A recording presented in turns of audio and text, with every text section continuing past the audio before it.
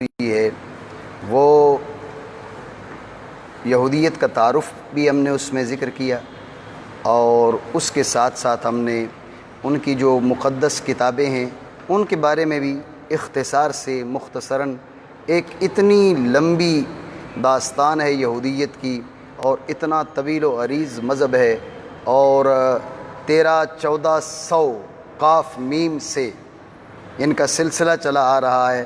تو اب یہ مختصر سے جو جملے ہیں وہ کسی بھی مذہب اور بالخصوص اتنے طویل عرصے پر محیط مذہب کی تفصیلات نہیں بیان کر سکتے، لیکن چونکہ ہمارے پاس اول تو وقت بھی کم ہے، اور دوسرے ہم ایک مختصر سا تعارف اور اس کے بارے میں جاننا چاہتے ہیں جس سے ہمیں اس مذہب کی سچائی، خوبی یا خامی ہم پر واضح ہو جائے۔ تو اس حد تک ہم نے کچھ گفتگو کی۔ آج انشاءاللہ مزید کچھ باتیں ان کے بارے میں کرتے ہیں، اور اللہ نے چاہا تو کل سے ہماری جو گفتگو ہے وہ مسیحیت پر شروع ہوگی۔ تو یہودیت کا جو مذہبی نشان ہے،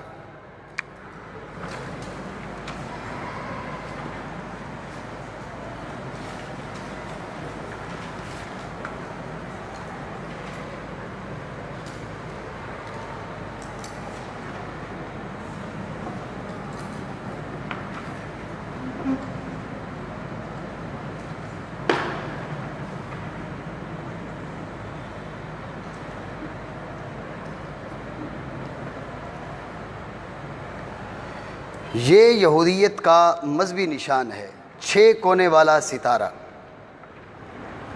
یہ یہودیوں کی مذہبی علامت ہے۔ مذہبی علامت، یوں تو ہم ان کے مذہب کے بارے میں ہر چھوٹی چھوٹی بات پہ گفتگو کر ہی نہیں رہے، لہٰذا مذہبی علامت بتانا ویسے تو ضروری نہیں تھا، لیکن چونکہ آج کل جو ہے وہ کسی بھی مذہب کی جو پہچان ہو رہی ہے اس کی مذہبی علامت سے ہو رہی ہے، ایک چیز۔ اور دوسری جو اہم چیز ہے وہ یہ ہے کہ مذہبی علامات جو کسی مذہب کی ہیں بحیثیت مسلم ان سے اجتناب ضروری ہے، ان سے بچنا ضروری ہے۔ آپ نے انگوٹھی پہنی، اس پہ 6 کونے والا ستارہ بنا لیا، یہ بہت بڑا جرم ہے۔ آپ نے گلے میں صلیب لٹکا لی، یہ بہت بڑا جرم ہے، اس لیے کہ یہ مخصوص مذہب کی علامت ہے۔ آپ وہ صلیب گلے میں لٹکا کر یا انگوٹھی پر یہ 6 کونے والا ستارہ بنا کر اس مذہب کا اعلان کر رہے ہیں، اس مذہب کا اعلان کر رہے ہیں جو اس مذہب کا حکم ہے، اس مذہب کے اعلان کا بھی وہی حکم ہے، اپنے آپ کو ان کی جانب منسوب ظاہر کر رہے ہیں۔ اس لیے یہ مذہبی علامات جو ہیں یہ جاننا بھی ضروری ہے۔ یہودیت کی علامت ہے 6 کونے والا ستارہ۔ اس کے پیچھے جو فلسفہ ہے یہودیت میں اس کی کئی وجہ بیان کی گئی ہیں، مختصر اگر کریں، ایک تو یہ 6 دن مانتے ہیں کام کے، تخلیق کے، کل ہم گفتگو کر رہے تھے 6 دن تخلیق کے، 7واں دن آرام کا، 6 دن جو تخلیق کے ہیں تو یہ 6 کونے ستارے کے ان 6 دنوں سے عبارت ہیں۔ اور اس کی ایک اور وجہ جو زیادہ مشہور ہے یہود کے بیچ وہ یہ کہ حضرت سیدنا داؤد علیہ السلام کی جو ڈھال تھی، ڈھال سمجھتے ہیں نا، سپر اور مشکل ہو جائے گا، تو ڈھال تلوار وغیرہ کے ہتھیار کے وار کو روکنے کے لیے جسے استعمال کیا جاتا ہے، اس ڈھال کی یہ شکل تھی۔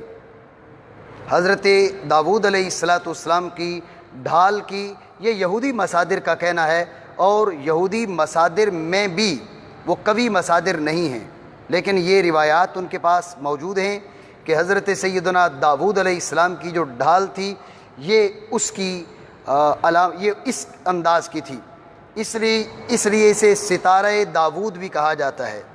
نجمت داؤد، ستارہ داؤد، حضرت داؤد کا ستارہ، کیونکہ حضرت داؤد کی جو ڈھال جس کے ذریعے وہ ہتھیار کے وار کو روکتے تھے اس کی یہ صورت بتائی جاتی ہے، تو اس کو علامت کے طور پہ یہود اپنے مذہب کی علامت ذکر کرتے ہیں، شمار کرتے ہیں، جیسے آگے چل کے ہم مسیحیت کی علامت اور دیگر مذاہب کی علامات بھی ذکر کریں گے۔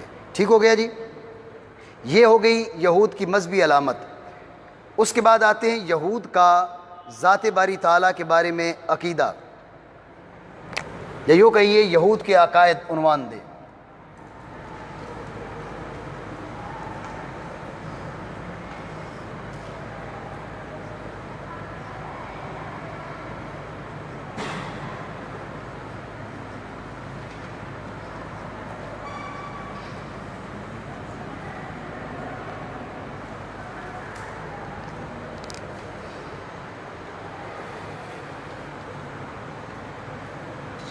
اس جملے پہ آپ توجہ کریں گے، یہود کے جو عقائد میں سب سے پہلا مرحلہ ہے ذات باری تعالیٰ کے بارے میں عقیدہ کیا ہے۔ اس گفتگو کو ہم تقسیم کر سکتے ہیں کہ ایک وہ عقیدہ ہے جس کا وہ زبان سے اعتراف کرتے ہیں، دوسرا وہ عقیدہ ہے کہ جو تورات بیان کرتی ہے، اور تیسرا وہ عقیدہ ہے جو ان کی تاریخ واضح کرتی ہے۔ آپ سمجھ رہے ہیں؟ تو ذات باری تعالیٰ کے بارے میں ان کا جو عقیدہ ہے اس کو آپ 3 قسموں پر تقسیم کر سکتے ہیں، اس میں 3 انداز میں گفتگو کر سکتے ہیں۔ ایک وہ جس کو وہ اپنی زبان سے بیان کرتے ہیں کہ یہ ہمارا عقیدہ ہے، نمبر 1۔ نمبر 2 کہ جو تورات سے واضح ہے ان کا عقیدہ۔ تیسرا وہ جو ان کی تاریخ سے واضح ہے، تورات سے ہٹ کر ان کی تاریخ جو ان کے نظریہ کی عکاسی کرتی ہے ذات باری تعالیٰ کے بارے میں۔ تو یہ 3 گفتگو، 3 باتیں اس کے بارے میں آپ کر سکتے ہیں۔ سب سے پہلے ہم وہ بیان کرتے ہیں جو وہ اپنی زبان سے بیان کرتے ہیں، عقیدہ۔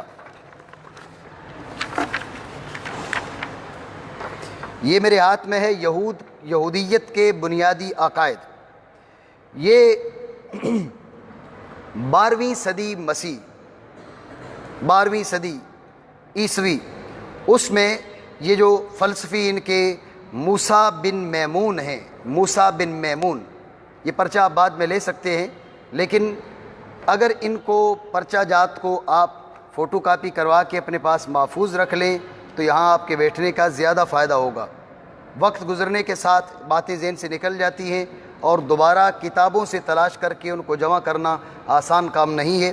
تو بہرحال یہ موسیٰ بن میمون نے 13 باتوں کو اساسی عقائد قرار دیا کسی بھی یہودی کے لیے۔ موسیٰ بن میمون نے 13 باتوں کو بنیادی عقائد میں شمار کیا یہودی کے لیے۔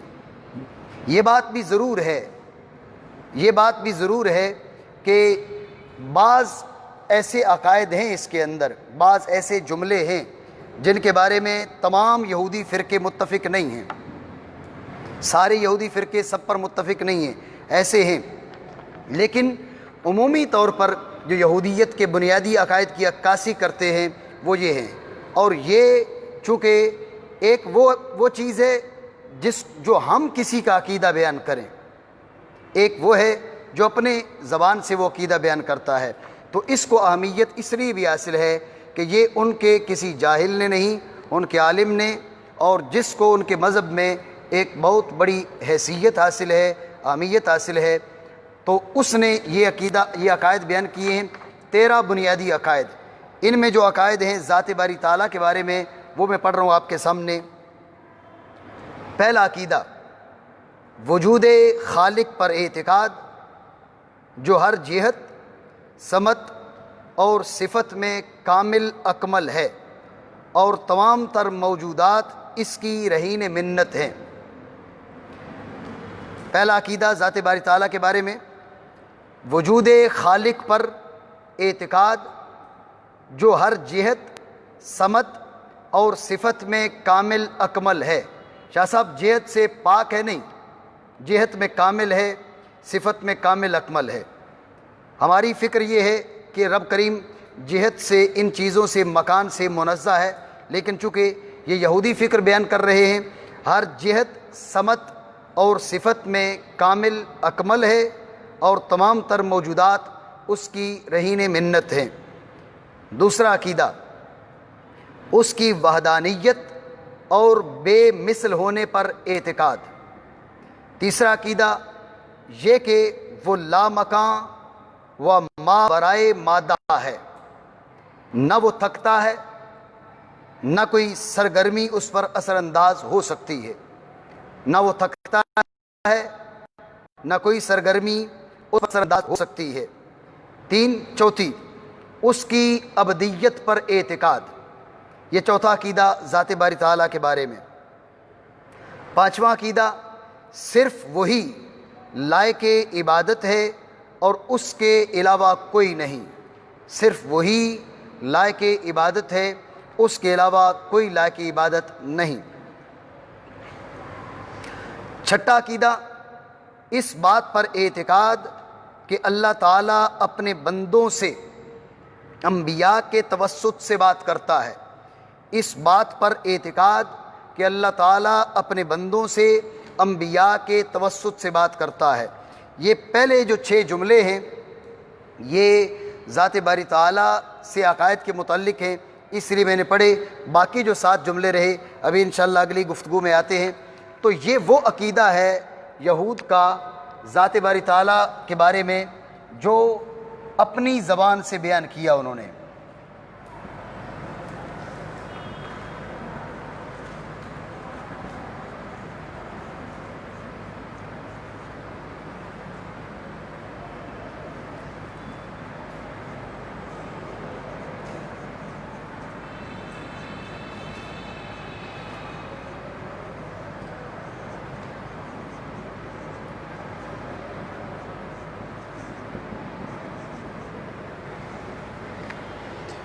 دوسرا ہے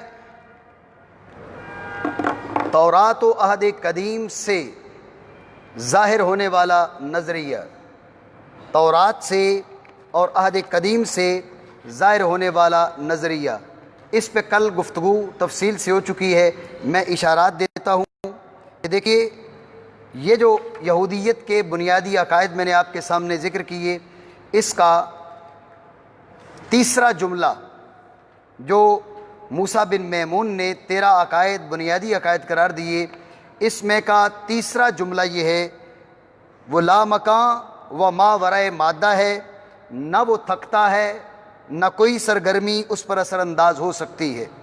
یہ عقیدہ ہے تیسرا جو موسیٰ بن میمون نے ذکر کیا۔ اور کل میں آپ کو آپ کے سامنے یہ جو تورات ہے اس کے حوالے سے 2 حوالے اس کے اندر موجود ہیں، سفر پیدائش سے بھی اور سفر خروج سے بھی، کہ جو یوم سبت ہے، ہفتے کا روز ہے، اللہ رب العالمین اس میں تخلیق 6 دنوں میں تخلیق کی اور 7ویں دن آ کے اللہ نے آرام کیا، سستایا، اپنی تھکاوٹ کو اتارا۔ آپ سمجھ سکتے ہیں کہ زبانی طور پر جو بات بیان کی جا رہی ہے یہ اور ہے، اور یہاں پر جو بات لکھی ہوئی ہے یہ اور ہے۔ میں نے کل یہ بات ذکر کی تھی آپ کے سامنے، صرف بحیثیت مسلم نہیں، بحیثیت مسلم ہماری فکر یہ ہے کہ اللہ رب العالمین تھکاوٹ سے منزہ ہے، پاک ہے، لیکن یہاں پر جو ہم گفتگو کر رہے ہیں کسی مذہب کی پاسداری کرتے ہوئے نہیں، غیر جانبدارانہ گفتگو کی جائے تو عقل بھی یہ کہتی ہے کہ وہ ذات باری، وہ ذات عالیہ تھکاوٹ سے پاک ہے، اور یہ فلسفی خود اس بات کا اقرار کر رہا ہے۔ موسیٰ بن میمون وہ اس بات کی تصریح کر رہا ہے کہ وہ تھکاوٹ سے منزہ ہے، کوئی سرگرمی اس پہ اثر نہیں کر سکتی۔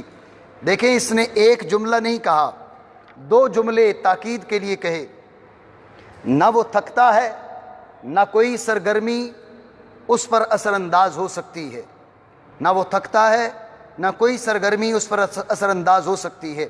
تو لہٰذا ہمارا یہ کہنا بجا ہے کہ ہم اگر رب کے لیے تھکاوٹ نہیں مانتے تو صرف بحیثیت مسلم نہیں بلکہ غیر جانبدارانہ گفتگو کی جائے تو عقل و نقل دونوں یہی کہتی ہیں کہ اللہ تھکاوٹ سے منزہ ہے، اس پر کوئی سرگرمی اثر نہیں کرتی۔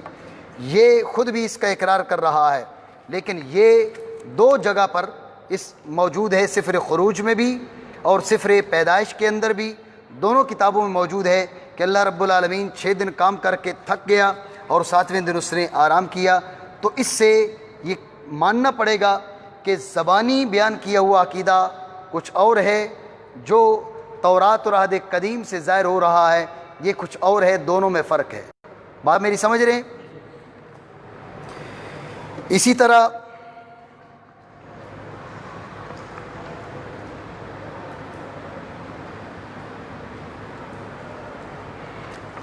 پہلا جو عقیدہ تھا وجود خالق پر اعتقاد، جو ہر جہت سمت اور صفت میں کامل اکمل ہے، ہر صفت میں وہ کامل ہے، یہ بات تو درست ہے، اور معبود ہے ہی وہ جس میں کمال ہے، نقصان کا وہاں شائبہ بھی نہیں، نقصان محال بالذات ہے۔ لیکن کل ہم یہاں پر دیکھ چکے، پڑھ چکے، یہ سفر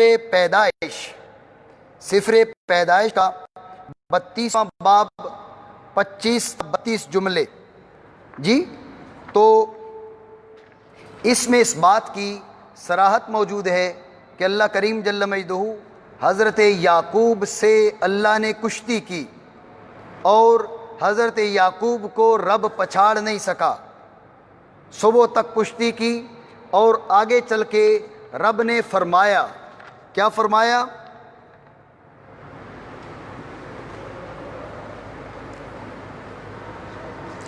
میں نے تجھے یہ نام دیا ہے کیونکہ تو خدا سے اور آدمیوں سے لڑا اور غالب ہوا۔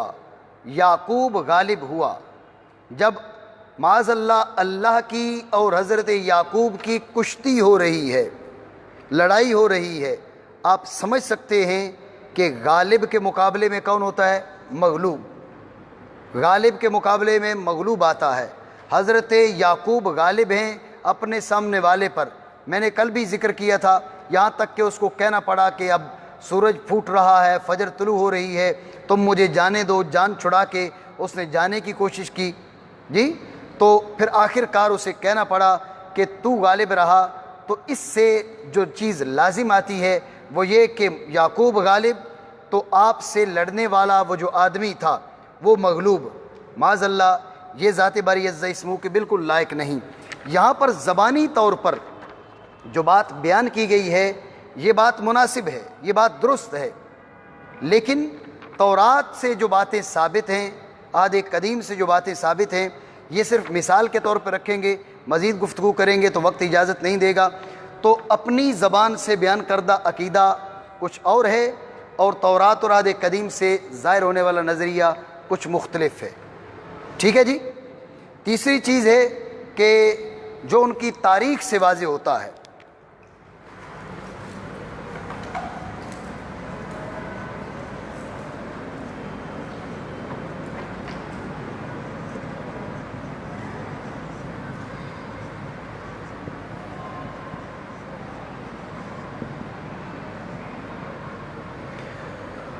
تاریخ یہود سے جو نظریہ واضح ہوتا ہے، ہم نے تاریخ یہود کی تفصیلات میں ہم نہیں گئے، لیکن مختصراً اگر ہم بات کرتے ہیں تو چونکہ بائبل خود اس بات کو مان رہی ہے، عہد قدیم اس بات کو مان رہا ہے، بچڑا بنانا، بچڑے کی پوجا کرنا وغیرہ وغیرہ، یہ ساری کی ساری باتیں ان کے اندر موجود رہیں۔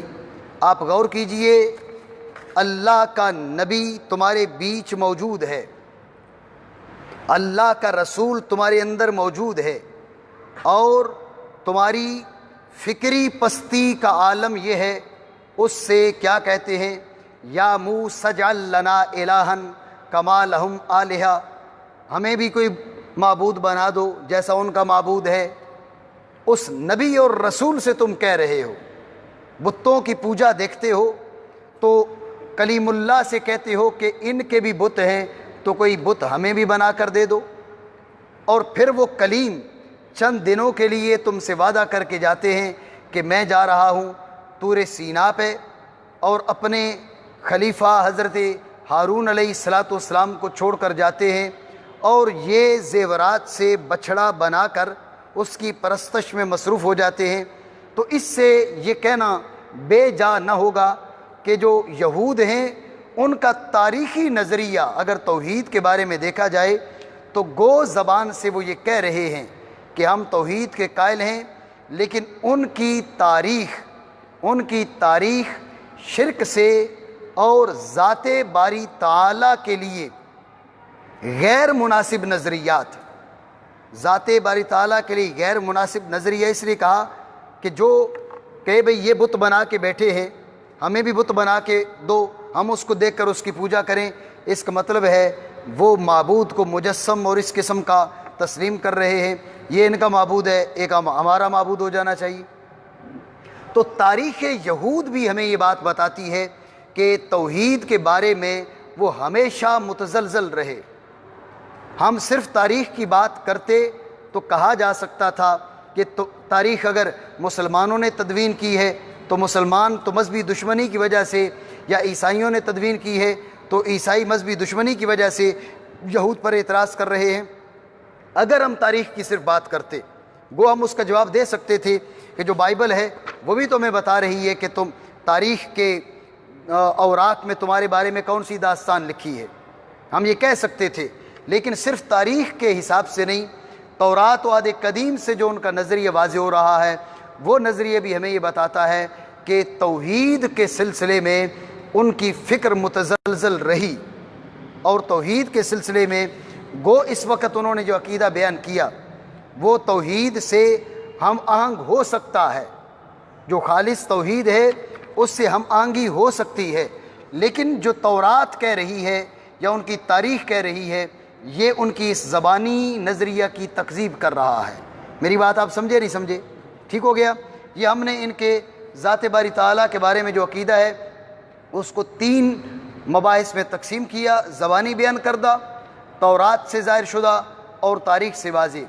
زبانی بیان کردہ ان دونوں سے بالکل مختلف ہے، اور جو تورات سے ظاہر شدہ ہے وہ اللہ کو ایک مانے، لیکن وہ ذات باری عز اسمہ کے لیے ان صفات کے قائل ہیں جو ذات باری تعالیٰ کے لائق نہیں ہیں، اور تاریخ ان کی شرکیات سے بھری پڑی ہے۔ اللہ رب العالمین ہمیں ہدایت پر گامزن رکھے۔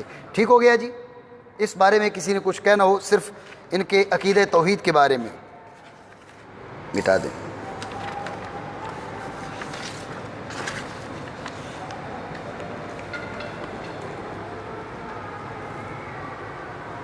بس اتنا ٹھیک ہو گیا جی؟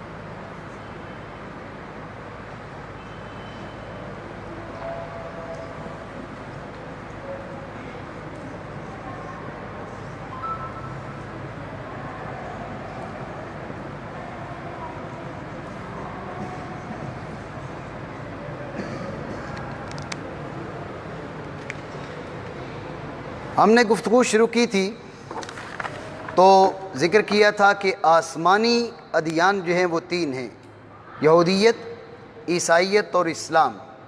ہماری گفتگو یہودیت کے بارے میں ہے، اور یہودیت توحید کے ساتھ ساتھ رسالت اور نبوت پر بھی ان کا ایمان ہے، رسالت اور نبوت کو بھی یہ تسلیم کرتے ہیں۔ تو آپ دیکھیں چھٹا نظریہ ابھی جو میں نے پڑھا تھا یہ وہی 13 بنیادی عقیدے ہیں۔ توجہ ہے آپ کی؟ احمد، چھٹا عقیدہ یہ تھا اس بات پر اعتقاد کہ اللہ تعالیٰ اپنے بندوں سے انبیاء کے توسط سے بات کرتا ہے۔ انبیاء کرام کے بارے میں فکر ان کی موجود ہے، انبیاء کو رب اور مخلوق کے بیچ، رب اور دوسری مخلوق کے بیچ واسطہ کی حیثیت یہ دیتے ہیں۔ ٹھیک ہے جی؟ انبیاء کرام کو رب اور عام مخلوق کے بیچ واسطہ کی حیثیت دیتے ہیں۔ رب کلام کرتا ہے مخلوق سے اور واسطہ بناتا ہے اپنے نبیوں کو اور اپنے رسولوں کو۔ یہ فکر یہود میں آج بھی یہ بات موجود ہے، اور یہ موسیٰ بن میمون کی بات میں ذکر کر رہا ہوں، یہ یہود کے 13 بنیادی عقائد ہیں۔ 7واں،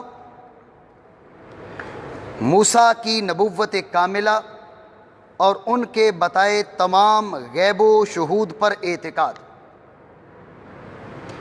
موسیٰ کی نبوت کاملہ اور ان کے بتائے تمام غیب و شہود پر اعتقاد، یہ بھی نبوت کے بارے میں فکر ہے۔ حضرت موسیٰ علیہ السلام کے نبوت پر اعتقاد رکھتے ہیں۔ یہ زبانی وضاحت ہو گئی، یعنی ان کی زبانی وضاحت کے اعتبار سے وہ حضرت موسیٰ علیہ السلام کی نبوت کاملہ اور بھی انبیاء کرام کو اور بھی رسولوں کو ان کی رسالت بھی مانتے ہیں، ان کی نبوت بھی مانتے ہیں، اور ان کو رب اور مخلوق کے بیچ واسطہ بھی مانتے ہیں۔ یہاں تک بات جو ہے یہ زبانی وضاحت کی ہے۔ ٹھیک ہو گیا جی؟ اس کے بعد ہے انبیاء کی تعداد۔ ان کی اپنی طرف سے جو انہوں نے جاری کی ہے، یہ حضرت ابراہیم علیہ السلام کے بعد 48 نبی مانتے ہیں مرد، اور 7 عورتوں کو نبی مانتے ہیں۔ ٹھیک ہے جی؟ 48 مرد اور 7 عورتیں۔ ٹھیک ہے؟ یہ 48 مرد اور 7 عورتیں حضرت ابراہیم سے سلسلہ شروع ہوتا ہے، اور ملاکی جو ہیں، ملاکی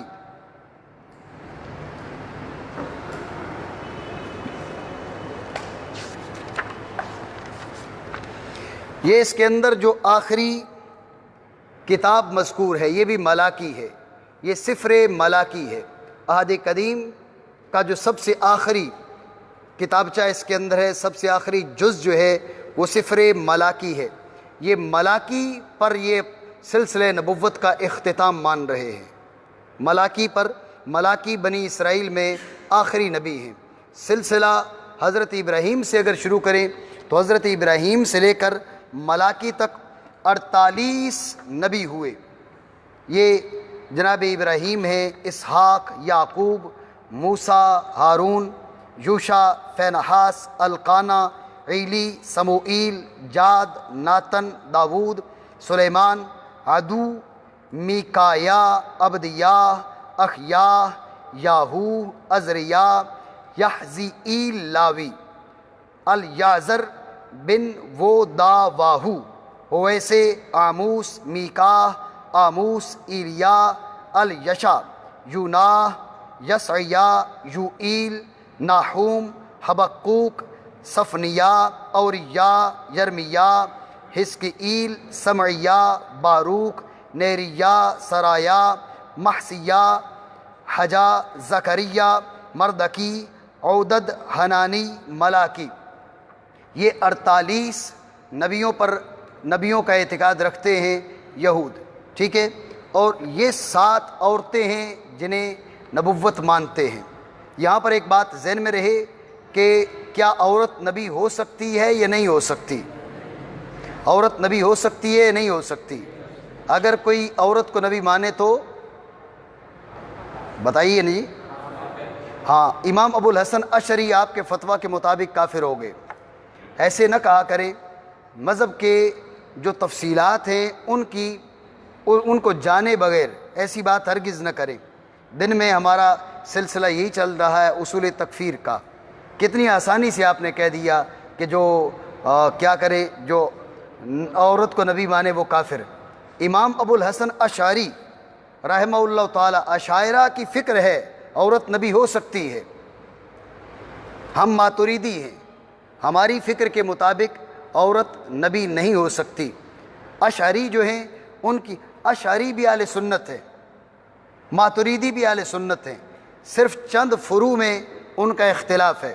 میں نے پہلے صابر میرے پاس پڑھتا رہا، پچھلے سال ہم نے اسٹارٹ کیا تھا، مکمل نہیں کر سکے، پھر صابر نے میرے پاس جو ہے وہ یہ فروق جو ہے ماتریدیہ اور اشعریہ میں یہ پڑھے، تو یہ تقریباً 40-45 فروق میں نے اس کو بتائے، لکھوائے بھی تھے۔ ان فروق میں سے ایک فرق یہ بھی ہے ماتریدی فکر اور اشعری فکر کے بیچ۔ اشعری فکر میں عورت نبی بن سکتی ہے، میرے بھائی وہ سنی ہے، تو کافر کہہ رہا ہے، ولیداد توبہ کر۔ اس لیے مذہب کی تفصیلات کے علم کے بغیر یہ فتوے ہرگز نہ دیں۔ عورت نبی، ہماری فکر یہ نہیں ہو سکتی۔ ہم ماتریدی ہیں، امام ابو منصور ماتریدی کے ماننے والے ہیں فروع عقائد میں، فروع میں، اور امام ابو الحسن اشعری بھی اہل سنت کے امام ہیں، امام اہل سنت ہیں، اشعری بھی سنی ہیں، سوائے چند فروعی باتوں میں اور کوئی اختلاف نہیں ہے اشاعرہ اور ماتریدیہ میں۔ تو اشاعرہ کے نزدیک عورت صرف نبی ہو نہیں سکتی بلکہ کئی ایک عورتوں کی نبوت کے قائل ہیں امام ابو الحسن اشعری۔ یہ میں نے یہود کا عقیدہ پڑھا تو مجھے اندازہ تھا کہ آپ فوراً کفر کا فتویٰ لگائیں گے، اس لیے میں نے آپ کے سامنے یہ بات ذکر کی۔ نبی عورت کے لیے نبوت ماننا ہرگز کوئی کفر نہیں ہے۔ ہمارے مفسرین نے اس بات کو ذکر کیا ہے، اور میں نے آپ کو بتایا امام ابو الحسن اشعری رحمہ اللہ تعالیٰ آپ کی فکر یہ ہے کہ عورت کو نبوت مل سکتی ہے۔ ٹھیک ہے، یہاں پر کوئی آیت اگر پیش کرنا چاہے تو اس آیت کے معنی پر غور کر لے، اس میں رسول کا ذکر ہے، اس میں نبی کا ذکر نہیں ہے۔ کسی کے ذہن میں آیت آئی تو نہیں، بس ویسی فتویٰ دے دیا۔ آیت ہے لیکن وہ رسول کے بارے میں ہے، وہ نبی کے بارے میں نہیں ہے، بات نبی کی ہو رہی ہے۔ نبی اور رسول میں فرق ہے شاہ صاحب۔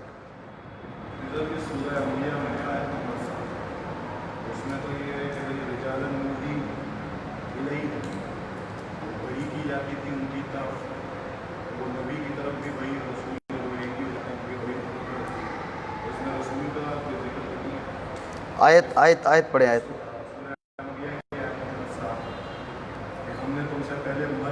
یہ شروع سے رجال سے پہلے وما ارسلنا رسالت کا بیان ہے شاہ صاحب؟ نہیں، وما ارسلنا یہ رسالت کا بیان ہے۔ جو اختلاف ہے وہ نبی کے بارے میں ہے، رسول کے بارے میں اتفاق ہے، رسول مرد ہوگا، رسول عورت نہیں ہوگی، لیکن نبی عورت ہو سکتی ہے نہیں ہو سکتی۔ تو امام ابو الحسن اشعری، ویسے بھی اگر الزامی بات کی جائے تو یہ باتیں امام ابو الحسن اشعری اور اشاعرہ ہم سے بہتر سمجھنے والے ہیں۔ تو چونکہ یہ ذاتی رائے نہیں ہے، ذاتی رائے تو میں ماتریدی ہوں اس لیے امام ابو منصور ماتریدی والی رائے ہے، لیکن امام ابو الحسن اشعری کی رائے یہ ہے کہ نبی ہو سکتی ہے، عورت نبی ہو سکتی ہے، باقی ہے کہ رسول ہونے کے لیے مرد ہونا ضروری ہے۔ ہاں، ماتریدیوں کی رائے یہ ہے نبی اور رسول، نبی ہونے کے لیے بھی مرد ہونا ضروری ہے اور رسول ہونے کے لیے بھی مرد ہونا ضروری ہے۔ یہ ضمنی گفتگو آ گئی بیچ میں، تو یہ 7 عورتیں ہیں جنہیں نبی مانتے ہیں۔ ٹھیک ہے، یہ سارا مریم، یہ مریم پہ آپ غور کریں، یہ مریم حضرت عیسیٰ کی والدہ نہیں ہے، یہ حضرت عیسیٰ کی والدہ مریم نہیں ہے، حضرت موسیٰ کی بہن مریم ہے۔ ٹھیک ہے، نام کا اتفاق ہے، سارہ، مریم، دبورہ، حنہ، ابی جیل، خلدہ، آستر، یہ 7 عورتیں ہیں جن کی نبوت کے قائل ہیں یہود۔ تو بہرحال ان میں مریم کے بارے میں ذہن میں رہے، مریم وہ نہیں ہے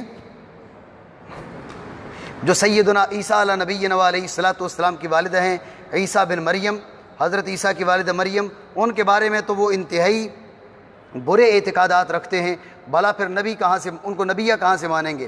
یہ مریم بنت عمران ہیں، جناب موسیٰ علیہ الصلوۃ والسلام کی جو بہن ہیں، ان کو وہ درجہ نبوت پر مانتے ہیں۔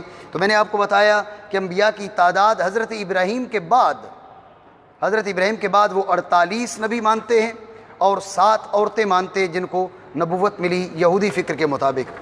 ٹھیک ہو گیا جی، آگے چلتے ہیں کہ انبیاء کی صفات از عہد قدیم، ان کو میں دہرانا نہیں چاہوں گا، کل ہم اس کے بارے میں بیان کر چکے کہ معاذ اللہ ثم معاذ اللہ کہ عہد قدیم میں جو انبیاء کی صفات ہیں وہ کیا کیا ہیں۔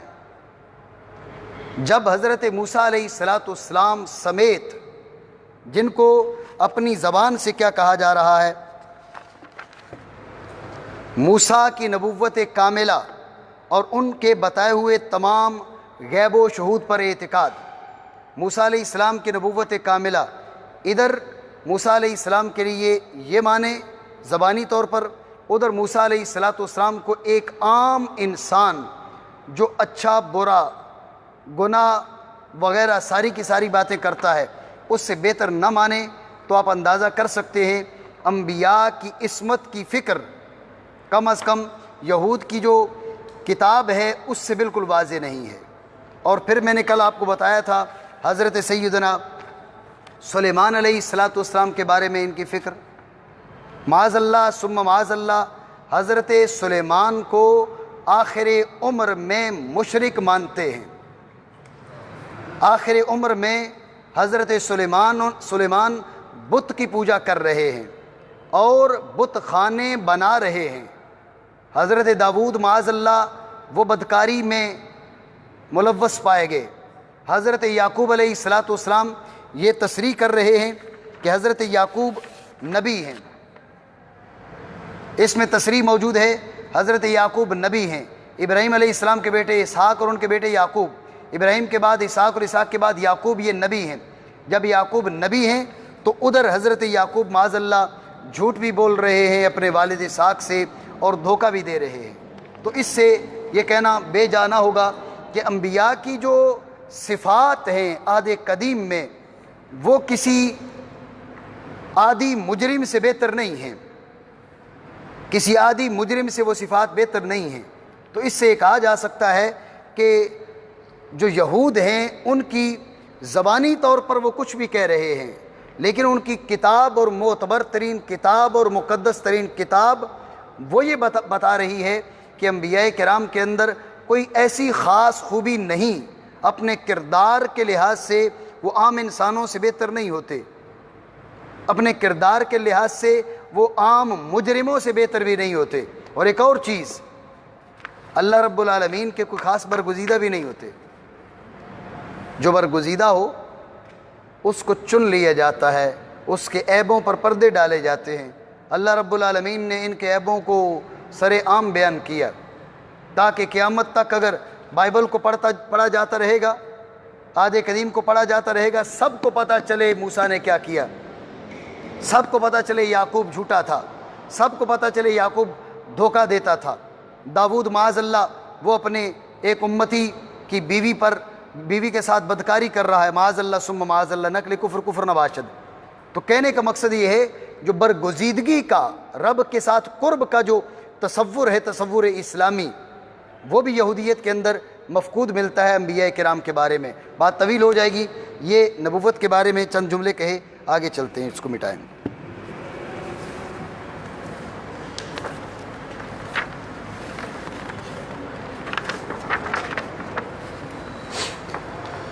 دیکھیں کہ یہود کے ہاں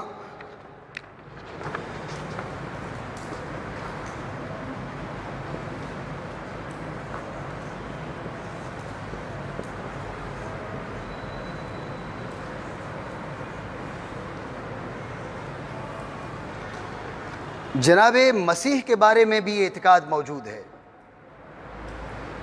نہ وہ مسیح حضرت عیسیٰ کو مانتے ہیں، نہ مسیح رسول اللہ صلی اللہ تعالیٰ علیہ وسلم کی ذات والا کو مانتے ہیں۔ مسیح کے بارے میں اعتقاد ان کے بنیادی عقائد کا حصہ ہے۔ یہ 12واں عقیدہ ہے، یہاں پر 12واں عقیدہ ہے مسیح اور ان کے دور کے واپس آنے پر اعتقاد۔ یہ بنیادی عقیدہ ہے، یہ یہود کے 13 بنیادی عقائد میں سے ایک عقیدہ ہے کہ مسیح اور ان کے دور کے واپس آنے پر اعتقاد، یہ بنیادی عقیدہ ہے اور اس سے کسی یہودی کو چھٹکارا نہیں، اس پر اس کو ایمان لانا پڑے گا۔ یہ فکر ہے موسیٰ بن میمون کی۔ آپ میری بات سمجھ رہے ہیں؟ لیکن اس کے باوجود وہ مسیح کس کو مانتے ہیں؟ ان کی فکر یہ ہے کہ مسیح وہ ہے جو بنی اسرائیل کے لیے نجات دہندہ کا کام کرے گا، بنی اسرائیل کے لیے نجات دہندہ کا کام کرے گا، بنی اسرائیل کو نجات دلوائے گا۔ حضرت عیسیٰ علیہ السلام وہ نہیں ہیں، مسیح نہیں ہیں۔ کیوں مسیح نہیں ہیں؟ اس لیے کہ انہوں نے آ کر بنی اسرائیل کو نجات نہ دلوائی۔ اور جناب رسول اللہ صلی اللہ تعالیٰ علیہ وسلم کے بارے میں یہی موسیٰ بن میمون لکھتا ہے کہ چونکہ ان کے آنے سے تو یہود اور مصیبت میں پڑ گئے، جب ان کے آنے سے یہود اور مصیبت میں پڑ گئے تو پھر یہ مسیح یا مسیح کیسے ہو سکتے ہیں؟ البتہ یہ بات ذہن میں رہے کہ مسیح کے انتظار میں وہ آج بھی بیٹھے ہوئے ہیں، مسیح کے بارے میں اعتقاد ہے ان کا، لیکن نہ حضرت عیسیٰ کو مسیح مانتے ہیں، نہ رسول اللہ صلی اللہ تعالیٰ علیہ وسلم کی ذات والا صفات کو مسیح مانتے ہیں۔ بات ہو گئی جی، آگے چلتے ہیں۔ ایک اور عقیدہ ہے ان کا،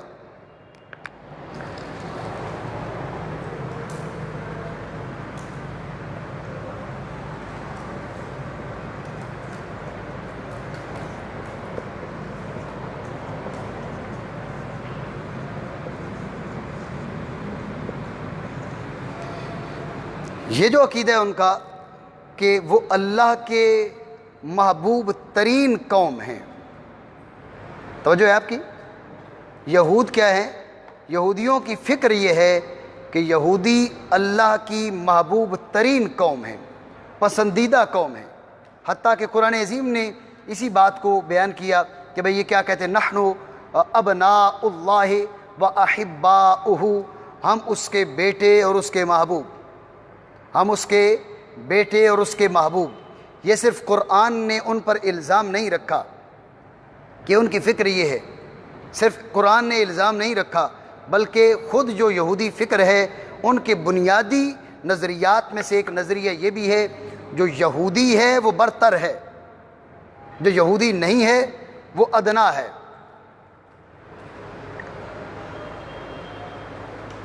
بات زیادہ طویل ہو جائے گی۔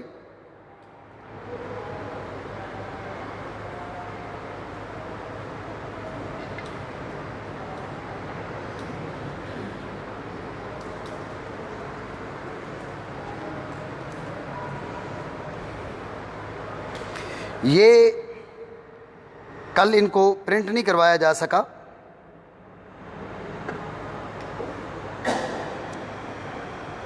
اب کچھ تعلیمات ہیں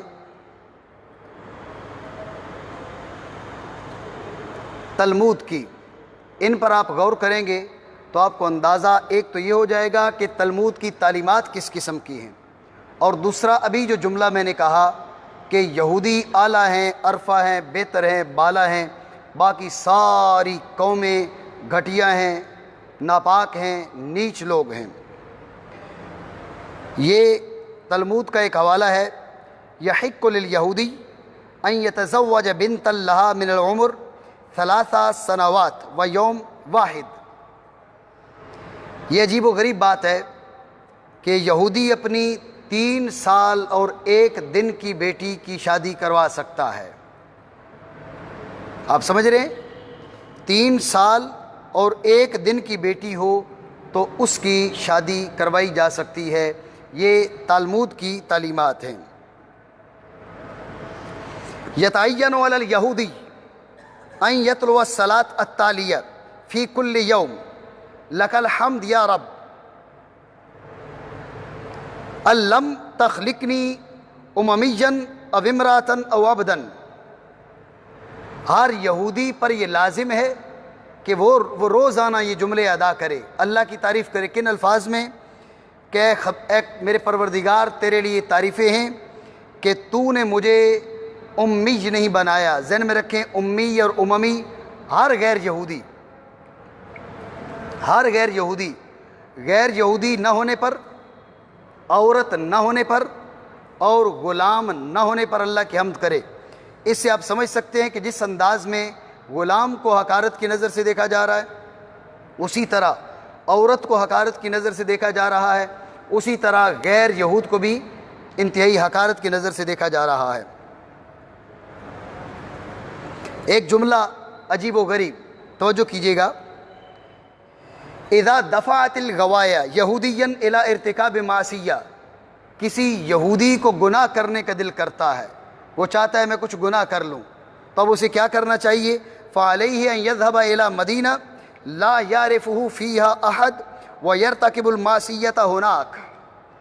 اسے چاہیے ایسے شہر میں چلا جائے جہاں اسے کوئی نہ جانتا ہو، وہاں جا کے گناہ کر سکتا ہے۔ اس پہ تبصرہ نہیں کروں گا۔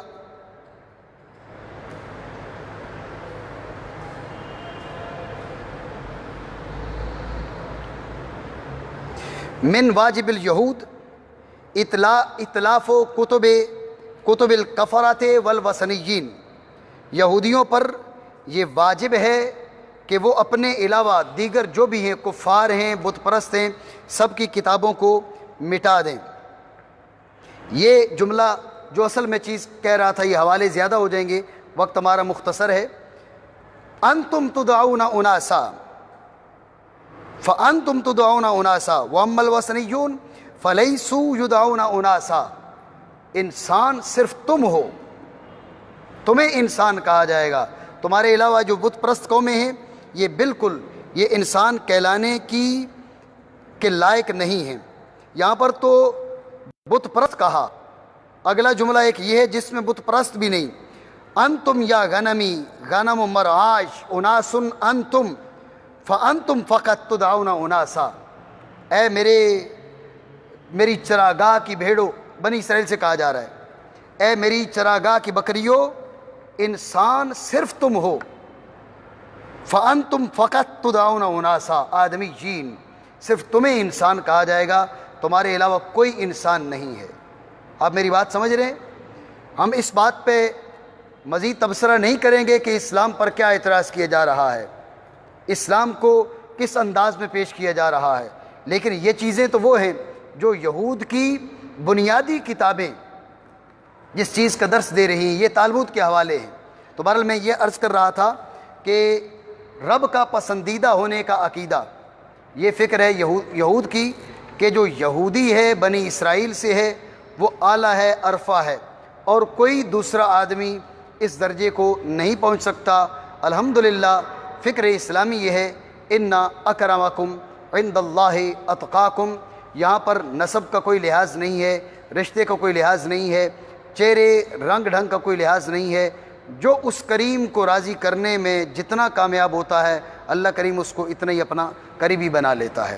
تو بہرحال یہ عقیدہ ہے رب کا پسندیدہ ہونے کا عقیدہ یہود کا، اس کے بارے میں ہم نے گفتگو کی، مٹائیں گے۔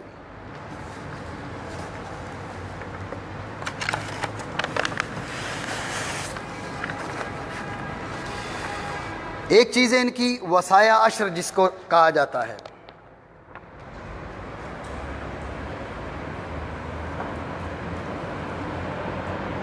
وصایا عشر، یہ حضرت موسیٰ علیہ السلام پر 10 وصیتیں نازل ہوئیں جنہیں حضرت موسیٰ علیہ السلام پتھر پر لکھ کر لائے۔ یہ بھی یہود کے ہاں بنیادی حیثیت کی حامل ہیں۔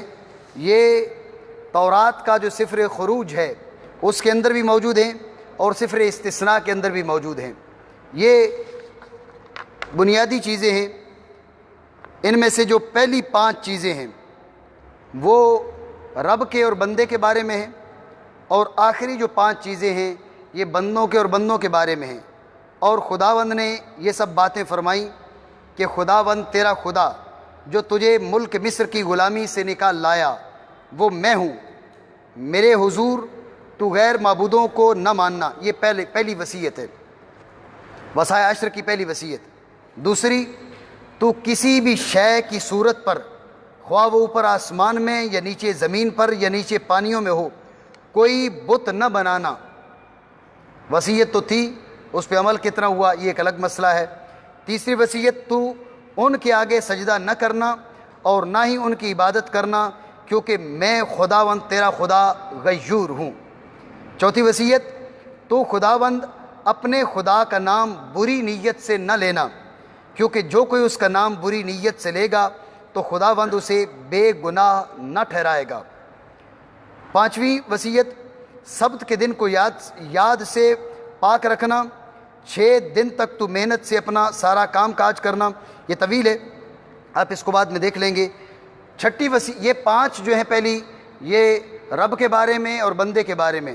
چھٹی وصیت سے ہے اپنے باپ اور ماں کی عزت کرنا تاکہ تیری عمر اس ملک میں جو خداوند تیرا خدا تجھے دیتا ہے دراز ہو۔ نمبر 7، تو خون نہ کرنا۔ نمبر 8، تو زنا نہ کرنا۔ نمبر 9، تو چوری نہ کرنا۔ نمبر 10، تو اپنے پڑوسی کے خلاف جھوٹی گواہی نہ دینا۔ تو اپنے پڑوسی کے گھر کا لالچ نہ کرنا۔ تو اپنے پڑوسی کی بیوی کا لالچ نہ کرنا۔ اور نہ اس کے غلام یا اس کی کنیز کا، نہ اس کے بیل یا گدھے کا، اور نہ اپنے پڑوسی کی کسی اور چیز کا۔ یہ وصایا عشر یقیناً ایسی چیزیں ہیں جن کے بارے میں کہا جا سکتا ہے کہ ان کی تقلید ہونی چاہیے، ان کی اتباع ہونی چاہیے، لیکن ہم یہود کی تاریخ اور ان کی کتاب کو پڑھ چکے کہ وہ اس پر کس قدر کاربند ہیں یا ان کی فکر کیا ہے۔ یہ وصایا عشر ہیں، اس کی یہ بھی بنیادی حیثیت کے حامل ہیں یہود کے ہم۔ اس کے بعد مرحلہ آتا ہے ان کے دیگر بنیادی عقائد کا۔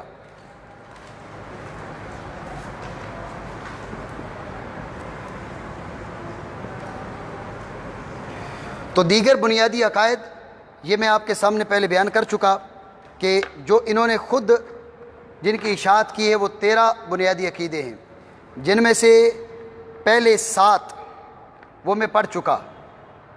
8ویں پر آپ توجہ کریں گے، تورات کے کلام الہی ہونے پر اعتقاد۔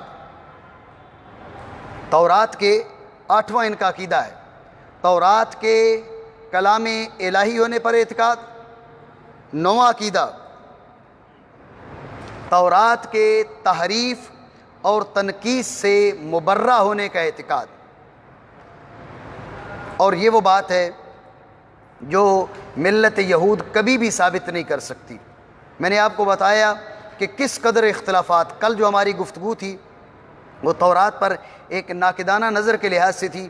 کسی لحاظ سے، کسی اعتبار سے تورات غیر محرف نہیں لگتی، وہ نہ جانے کس نے لکھی اور کس انداز میں لکھی اور کیا کیا اس کے اندر باتیں موجود ہیں، کسی حساب سے نہیں لگتی کہ اس کے اندر تبدیلی نہ ہوئی ہو۔ بنیادی طور پر تورات اللہ کی کلام ہے، وہ اسلامی عقیدہ بھی ہے، لیکن یہ بات یقین سے ثابت ہے کہ تورات کو بدل ڈالا گیا، انسانی تبدیلیوں نے، انسانی ہاتھوں نے اس پر اپنا اثر چھوڑا۔ بہرحال 10ویں چیز ہے رب العزت کے ہر شے کے علم اور احاطے پر اعتقاد۔ 11واں رب العزت کے سزا و جزا پر قادر ہونے پر یا سزا و جزا من جانب اللہ پر اعتقاد۔ 12واں میں نے پہلے پڑھا مسیح اور ان کے دور کے واپس آنے پر اعتقاد۔ 13واں روز حشر اور مردوں کے دوبارہ جی اٹھنے پر اعتقاد، بعث بعد الموت۔ ٹھیک ہے، تو یہ جو اعتقادات ہیں یہ کوئی اتنے ایسے نہیں ہیں کہ جن پر اعتراض کیا جائے اور جن پر زیادہ بحث کی جائے، لیکن گفتگو اس میں یہ ہے کہ جو کتابیں کہہ رہی ہیں، جو آپ کی تاریخ کہہ رہی ہے، وہ آپ کی اس زبانی بیان کردہ جو معتقدات ہیں ان سے بالکل الگ تھلگ ہے۔ ٹھیک ہو گیا جی، یہ مٹائیں۔